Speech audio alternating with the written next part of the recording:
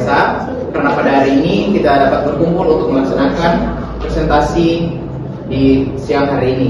Saya sebagai moderator, perkenalkan nama saya Adistian Moderat yang akan bertindak sebagai moderator dalam presentasi kelompok 3. Adapun topik yang akan kami bahas hari ini adalah mengenai pertumbuhan dan pemerataan perekonomian Indonesia.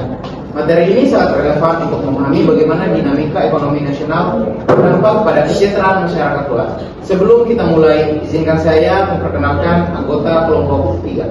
Perkenalkan, nama saya Juliana Ruias, nama saya Sari Amdan, saya Juliana Laya, saya Alisa Rasati, dan nama saya Rasai. Baiklah, untuk mengawali presentasi kita di siang hari ini, sangat penting bagi kita melihat gambaran besar mengenai kondisi ekonomi kita pada saat ini. Sebagai latar belakang, perlu kita pahami bahwa pendapatan nasional bukan sekadar angka, melainkan indikator utama kinerja ekonomi suatu negara. Pendapatan ini menggambarkan total nilai barang dan jasa yang dihasilkan dalam periode tertentu, yang mencerminkan tingkat kesejahteraan. Namun yang menjadi poin krusial dalam presentasi kita adalah fakta bahwa tingginya pendapatan nasional tidak selalu menjamin pemerataan. Seringkali terjadi ketimpangan distribusi pendapatan di tengah masyarakat yang harus kita bedah lebih dalam melalui berbagai teori pertumbuhan ekonomi. Berdasarkan latar belakang tersebut, presentasi hari ini akan difokuskan untuk menjawab beberapa rumusan masalah utama, di antaranya: 1. Bagaimana analisis pendapatan nasional dan pertumbuhan ekonomi di Indonesia saat ini. 2. Sejauh mana pengaruh pertumbuhan ekonomi tersebut terhadap perkembangan dunia usaha. Yang ketiga, bagaimana kondisi pembangunan manusia di Indonesia jika ditinjau dari Indeks Pembangunan Manusia atau IPM. Selanjutnya kita masuk dalam analisis pendapatan nasional dan pertumbuhan ekonomi yang akan dibawakan oleh Ratu. Analisis pendapatan. Pertama, pendapatan nasional merupakan salah satu indikator utama untuk menilai kondisi dan kinerja perekonomian suatu negara. Pendapatan nasional menggambarkan jumlah seluruh nilai barang dan jasa akhir yang dihasilkan oleh suatu negara dalam periode tertentu, biasanya 1 tahun. Melalui pendapatan nasional dapat diketahui sejauh mana aktivitas ekonomi berjalan dan bagaimana tingkat kesejahteraan masyarakat secara umum. Dalam praktiknya, pendapatan nasional dapat diukur melalui beberapa konsep, yaitu produk domestik bruto, produk nasional bruto, dan pendapatan nasional bersih. PDB atau produk domestik bruto menunjukkan nilai barang dan jasa yang dihasilkan di dalam wilayah suatu negara tanpa melihat kewarganegaraan pelaku produk. Sedangkan PNB atau produk nasional bruto menghitung hasil produksi warga negara baik di dalam maupun di luar negeri. Pendapatan nasional bersih diperoleh setelah dikurangi penyusutan dan pajak tidak langsung. Pendapatan nasional memiliki peran penting di dalam perekonomian, antara lain sebagai alat ukur. Yang pertama, mengukur tingkat pertumbuhan ekonomi dari waktu ke waktu. Yang kedua, menjadi dasar perencanaan pembangunan ekonomi nasional. Yang ketiga, menilai tingkat kesejahteraan masyarakat. Dan yang terakhir, membandingkan tingkat kemajuan ekonomi antar negara. Namun, tingginya pendapatan nasional tidak selalu mencerminkan pemerataan kesejahteraan, karena distribusi pendapatan antar masyarakat bisa saja timpang.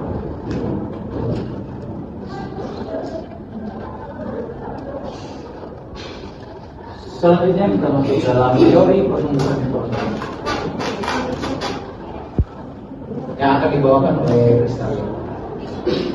Teori pertumbuhan ekonomi diartikan sebagai peningkatan kapasitas produksi suatu negara yang ditujukan oleh kenaikan pendapatan nasional real dalam jangka panjang. Pertumbuhan ekonomi menjadi salah satu tujuan utama pembangunan ekonomi karena mencerminkan kemampuan negara dalam meningkatkan output dan pendapatan masyarakat. Beberapa teori pertumbuhan ekonomi yang relevan antara lain teori klasik. Teori ini dikemukakan oleh tokoh seperti Adam Smith, David Ricardo, dan Thomas Malthus. Yang kedua, teori Harold Blomer. Yang ketiga, teori pertumbuhan modern. Teori ini menambahkan faktor kemajuan teknologi dan kualitas sumber daya manusia sebagai penentu utama pertumbuhan ekonomi jangka panjang. Artinya pertumbuhan tidak hanya bergantung pada modal dan tenaga kerja, tetapi juga pada pendidikan, inovasi, dan teknologi.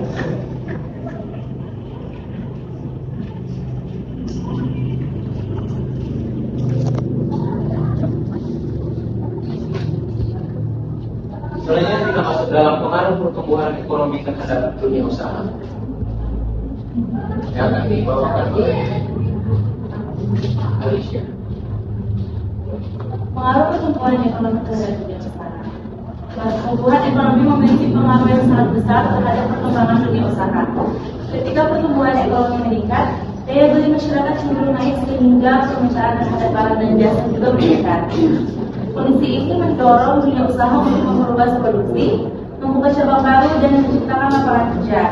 Bagi pelaku usaha, pertumbuhan ekonomi memberikan beberapa dampak positif, antara lain meningkatnya peluang investasi, berkembangnya permintaan pasar, perkembangan sektor industri dan jasa, meningkatnya pendapatan dari keuntungan usaha. Namun, pertumbuhan ekonomi yang tidak merata dapat menimbulkan masalah. Dunia usaha di daerah perkotaan atau wilayah maju biasanya berkembang lebih pesat dibandingkan daerah tertinggal. Akibatnya, kesenjangan ekonomi antar wilayah semakin lebar. Oleh karena itu, pertumbuhan ekonomi perlu diimbangi dengan kebijakan pemerataan agar dunia usaha dapat berkembang secara inklusif di seluruh wilayah Indonesia.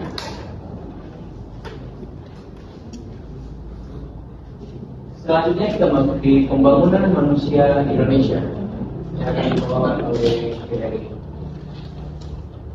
Pembangunan manusia di Indonesia. Yang pertama, perkembangan pembangunan manusia di Indonesia.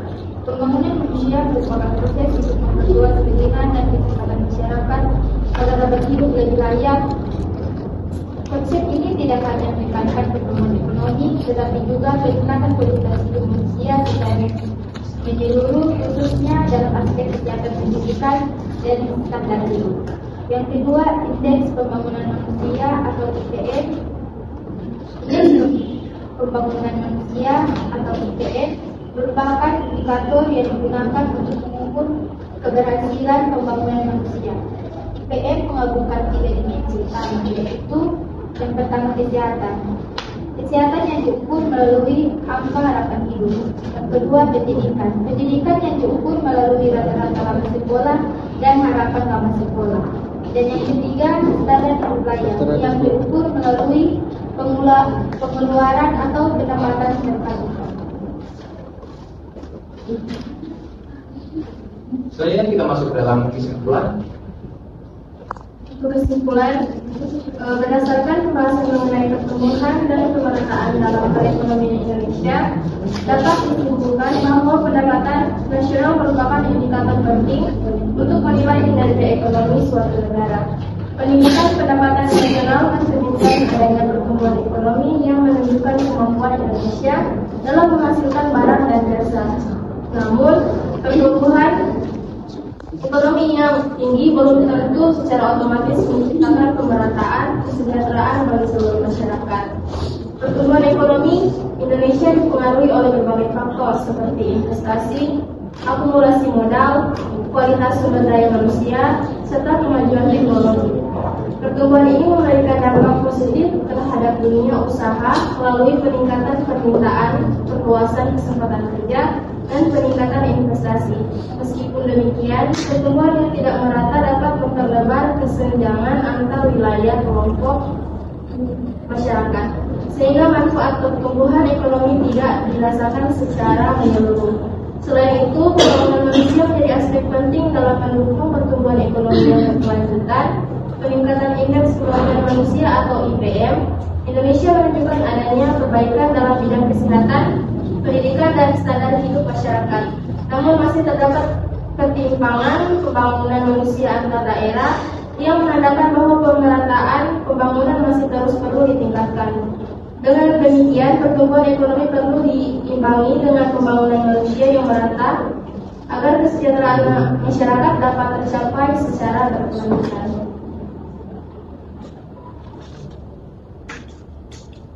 Termasuk saran, berdasarkan kesimpulan tersebut, maka saran yang kami ambil itu diberikan adalah sebagai berikut. Itu pertama, pemerintah perlu terus mendorong pertumbuhan ekonomi yang tidak hanya berorientasi pada peningkatan pendapatan nasional, tetapi juga memperhatikan aspek pemerataan hasil pembangunan. Kebijakan ekonomi hendaknya difokuskan pada pengurangan kesenjangan antara wilayah melalui pembangunan infrastruktur, peningkatan akses pendidikan dan pelayanan kesehatan yang merata di seluruh daerah.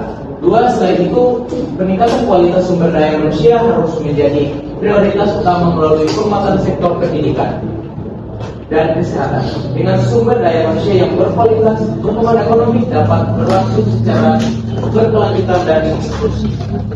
Ketiga, bagi dunia usaha, diharapkan dapat berperan aktif dalam mendukung pemerataan ekonomi melalui penciptaan lapangan kerja, pengembangan usaha di daerah tertinggal, serta penerapan praktik usaha yang berkelanjutan. Sementara itu, masyarakat diharapkan dapat meningkatkan partisipasi dalam kegiatan ekonomi dan pembangunan sehingga pertumbuhan ekonomi yang dicapai dapat dirasakan secara adil oleh seluruh lapisan masyarakat.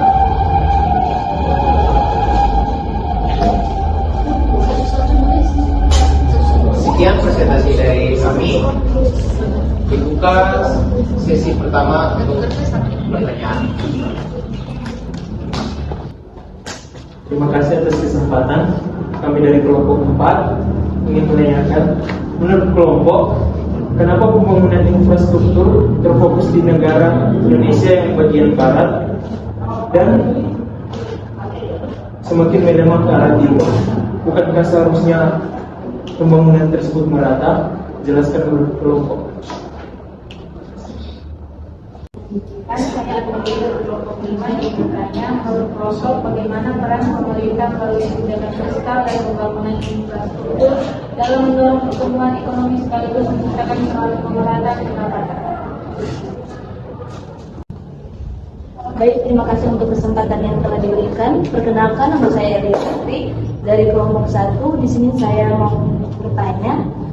Tadi kan sudah dijelaskan bahwa pendapatan nasional merupakan indikator penting untuk menilai kinerja perekonomian suatu negara.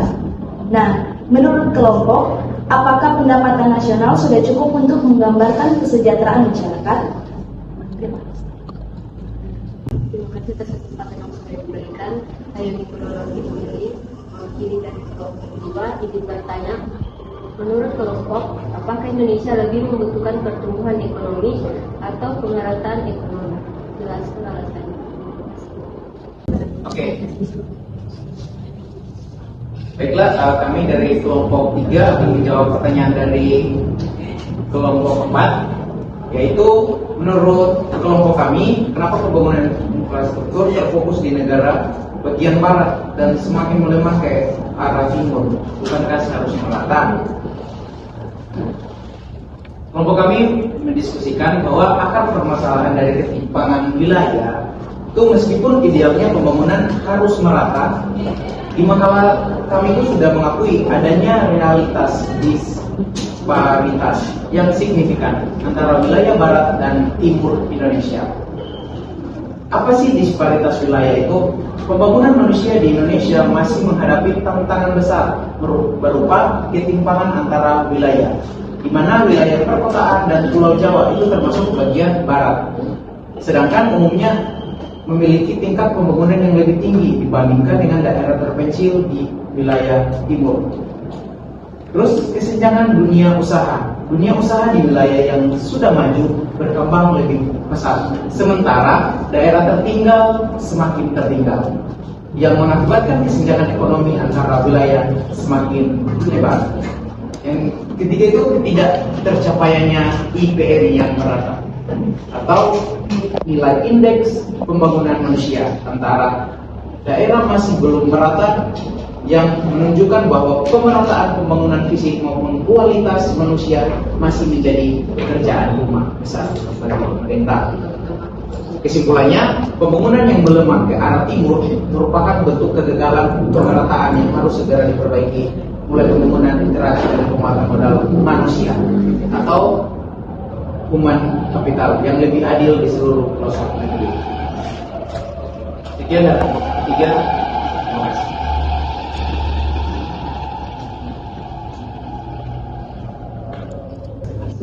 Jawabannya dipahami dan dari sisi kedua. Saya akan jawab pertanyaan dari kelompok kedua. Menurut kelompok, apakah Indonesia lebih membutuhkan pertumbuhan ekonomi atau pemerataan ekonomi? Jelaskan alasannya. Menurut kelompok kami, Indonesia membutuhkan keduanya, yaitu pertumbuhan ekonomi dan pemerataan ekonomi. Tetapi pemerataan ekonomi perlu lebih diperhatikan saat ini. Alasannya yang pertama, mengurangi kesenjangan sosial. Pertumbuhan ekonomi yang tinggi belum tentu dinikmati semua masyarakat. Pemerataan membantu mengurangi kesenjangan antara daerah maju dan tertinggal, serta antar kelompok kaya dan miskin. Yang kedua, meningkatkan kesejahteraan masyarakat. Jika hasil pembangunan merata, lebih banyak masyarakat bisa merasakan manfaat seperti pendidikan, kesehatan, dan lapangan kerja yang lebih baik. Yang ketiga, menjaga stabilitas sosial dan ekonomi. Ketimpangan yang besar dapat menimbulkan konflik sosial dan menghambat pembangunan jangka panjang. Yang keempat, mendorong pertumbuhan berkelanjutan. Pemerataan ekonomi membuat daya beli masyarakat meningkat, sehingga ekonomi dapat tumbuh lebih stabil. Pertumbuhan ekonomi tetap penting untuk meningkatkan pendapatan negara, tetapi tanpa pemerataan, manfaatnya tidak dirasakan seluruh masyarakat. Karena itu, Indonesia perlu menyeimbangkan pertumbuhan ekonomi dengan pemerataan ekonomi agar pembangunan lebih adil dan berkelanjutan. Baik, terima kasih atas jawaban yang sudah diberikan. Jawabannya sudah jelas. Jawab pertanyaan dari kelompok 1. Pertanyaannya, menurut kelompok, apakah pendapatan nasional sudah cukup untuk menggambarkan kesejahteraan masyarakat? Jawabannya, pendapatan nasional belum cukup untuk menggambarkan kesejahteraan masyarakat secara menyeluruh. Pendapatan nasional memang menunjukkan total nilai produksi dan pendapatan suatu negara, sehingga bisa memberi gambaran tentang tingkat aktivitas ekonomi. Namun, angka itu tidak menjelaskan bagaimana pendapatan tersebut didistribusikan di masyarakat. Misalnya, pendapatan nasional tinggi bisa tinggi, tetapi jika hanya dinikmati oleh sebagian kecil orang, maka banyak masyarakat tetap hidup dalam kesulitan. Selain itu, kesejahteraan juga dipengaruhi oleh faktor lain seperti pendidikan, kesehatan, kualitas lingkungan, kesempatan kerja, dan tingkat kemiskinan yang tidak langsung tercermin dalam pendapatan nasional.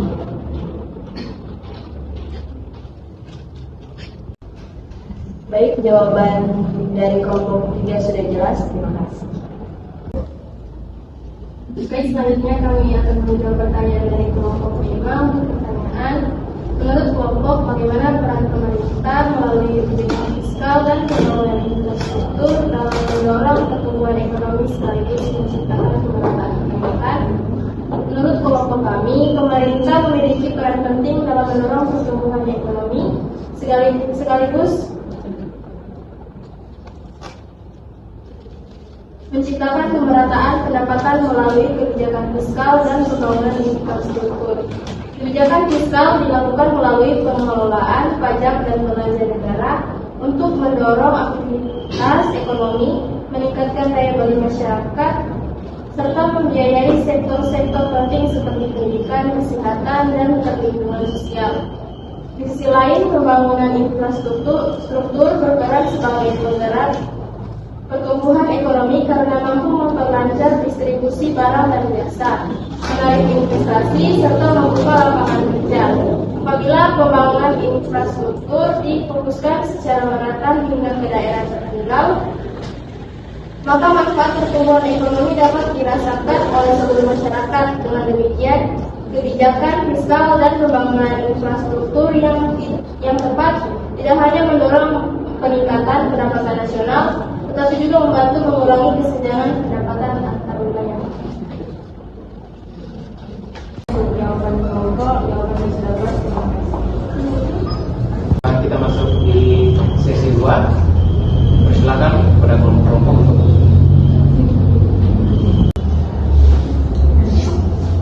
Terima kasih atas kesempatan yang diberikan. Saya mewakili kelompok 1 akan memberikan pertanyaan kepada menurut Anda, jika pertumbuhan ekonomi Indonesia terus meningkat, tetapi ketimpangan sosial juga semakin melebar, apakah kondisi tersebut dapat dianggap sebagai keberhasilan pembangunan? Berikan pandangan pribadi Anda beserta alasan ekonomi dan sosial. Terima kasih untuk kesempatan. Kami dari kelompok 4 ingin bertanya, menurut kelompok dari jawaban-jawaban yang telah diberikan sebelumnya, apa yang harus dilakukan oleh pemerintah sehingga perekonomian dan pembangunan infrastruktur di wilayah timur tidak tertinggal dan dapat menyusul wilayah barat? Karena seperti yang kita tahu bahwa wilayah barat Indonesia memiliki kekayaan alam yang sangat banyak dan menjadi salah satu terbesar di dunia seperti Freeport. Terima kasih. Baik, terima kasih atas kesempatan yang diberikan. Kami dari kelompok 5 akan menanyakan suatu pertanyaan untuk kelompok 3. Jadi menurut kelompok, strategi apa yang paling efektif untuk menyeimbangkan antara pertumbuhan ekonomi dan pemerataan hasil pembangunan? Terima kasih. Ya baik, terima kasih atas kesempatan. Saya mewakili kelompok 2 ingin bertanya pada subjektif ini, yaitu pertanyaan dari kami, faktor apa saja yang paling berpengaruh terhadap pertumbuhan ekonomi di Indonesia? Terima kasih. Oke, baiklah. Kami akan menjawab pertanyaan dari kelompok 1, yaitu menurut kami kelompok, jika pertumbuhan ekonomi Indonesia terus meningkat tetapi ketimpangan sosial juga semakin melebar, apakah kondisi tersebut dapat dianggap sebagai keberhasilan pembangunan? Berikan pandangan pribadi Anda beserta alasan ekonomi dan sosial. Pertama, kami tidak bisa memberikan pandangan pribadi karena kami kelompok. Terus kami jawab sesuai makalah kami yang ada, yaitu kelompok. Menurut kami kelompok, kondisi tersebut tidak dapat dianggap sebagai keberhasilan pembangunan yang sejati. Terus ada beberapa alasan yang diminta, yaitu alasan ekonomi dan alasan sosial. Alasan ekonomi, pertama alasan ekonomi, satu, pertumbuhan yang tidak inklusif. Pertumbuhan ekonomi yang tinggi tidak selalu mencerminkan pemerataan kesejahteraan jika distribusi pendapatan timpang. Kedua, hambatan jangka panjang. Ketimpangan yang lebar dapat menghambat pertumbuhan berkelanjutan karena manfaat ekonomi tidak dirasakan secara menyeluruh oleh seluruh lapisan masyarakat dan wilayah. Ketiga itu disparitas dunia usaha. Tanpa pemerataan, dunia usaha hanya akan terkonsentrasi di wilayah maju atau wilayah barat, sehingga ekonomi nasional tidak stabil dan tidak merata. Yang kedua, alasan sosial. Gagalnya pembangunan manusia. Pembangunan sejati bertujuan memperluas pilihan dan kualitas hidup manusia, bukan sekedar angka PDB. Yaitu kedua, ketimpangan kualitas hidup. Kesenjangan yang lebar menunjukkan kegagalan dalam memeratakan akses pendidikan, kesehatan, dan standar hidup layak yang diukur dalam IPN. Potensi konflik secara sosial, ketimpangan yang ekstrim dapat mencederai keadilan sosial dan menghambat tercapainya kesejahteraan masyarakat secara utuh. Kesimpulan, menurut kelompok kami sudah tulis juga di analisis di bab 3, kelompok menyimpulkan bahwa pertumbuhan ekonomi perlu diimbangi dengan pemerataan agar kesejahteraan masyarakat dapat tercapai secara menyeluruh dan berkelanjutan. Tanpa pemerataan, peningkatan angka ekonomi hanyalah keberhasilan semu yang tidak menyentuh akar kehidupan rakyat. Jadi, kesimpulan seluruhnya tergantung dari SDM masyarakat. Terima kasih. Baik, jawaban dari Aris sudah jelas. Saya akan menjawab pertanyaan dari kelompok 5. Menurut kelompok, strategi apa yang paling efektif untuk menyeimbangkan antara pertumbuhan ekonomi dan pemerataan hasil pembangunan?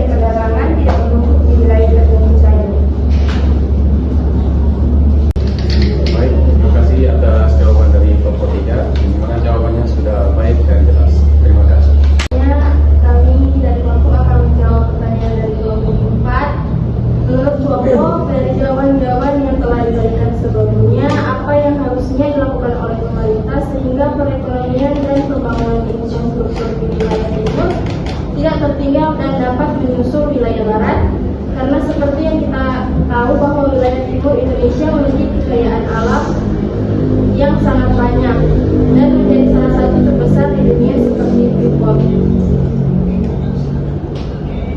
Menurut kelompok kami, pembangunan infrastruktur lebih terfokus di wilayah barat karena wilayah tersebut memiliki pertumbuhan ekonomi, aktivitas dunia usaha, serta kualitas sumber daya manusia yang lebih tinggi dibandingkan wilayah timur.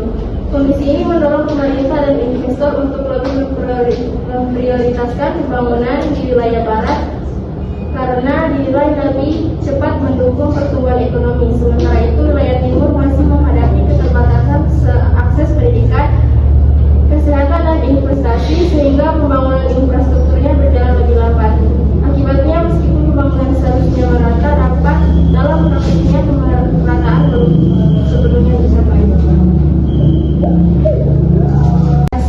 Jawabannya Saya akan menjawab dari kelompok 2. Faktor apa saja yang paling berpengaruh terhadap pertumbuhan ekonomi di Indonesia?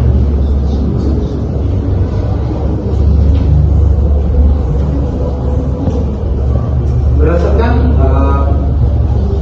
materi yang kami susun, terdapat beberapa faktor utama yang menjadi mesin penggerak sekaligus penentu pertumbuhan ekonomi di Indonesia. Yang pertama itu investasi dan akumulasi modal. Investasi merupakan motor penggerak utama. Semakin besar tingkat investasi, maka semakin besar pula pertumbuhan ekonomi yang dapat dicapai. Kedua, kualitas sumber daya manusia atau SDM. Pertumbuhan ekonomi sangat bergantung pada pendidikan dan kualitas tenaga kerja. Hal ini tercermin dalam Indeks Pembangunan Manusia atau IPM yang mencakup dimensi kesehatan dan pendidikan. Yang ketiga, kemajuan teknologi dan inovasi. Penggunaan teknologi modern dan inovasi menjadi penentu utama pertumbuhan ekonomi jangka panjang. Yang keempat, konsumsi domestik sebagai kekuatan ekonomi G20. Indonesia memiliki karakteristik unik dengan ketergantungan yang kuat pada konsumsi masyarakat dalam negeri. Yang kelima, kekayaan sumber daya alam. Itu pertumbuhan ekonomi Indonesia juga dipengaruhi oleh ketersediaan dan pengelolaan komoditas alam. Yang terakhir, daya beli masyarakat. Itu tingkat daya beli yang tinggi akan meningkatkan permintaan barang dan jasa yang kemudian mendorong dunia usaha untuk memperluas produksi. Itu kesimpulannya, pertumbuhan tidak hanya tergantung pada modal fisik dan tenaga kerja, tetapi juga pada penguatan human capital atau pendidikan dan kesehatan, serta kemajuan teknologi agar pertumbuhan tersebut berlangsung secara berkelanjutan. Sekian, terima kasih. Pertanyaan dari kami, jawabannya sudah cukup jelas. Presentasi dan tanya jawab sesi 1 sesi 2 dari kelompok kami. Mohon maaf jika ada salah. Akhir kata, terima kasih.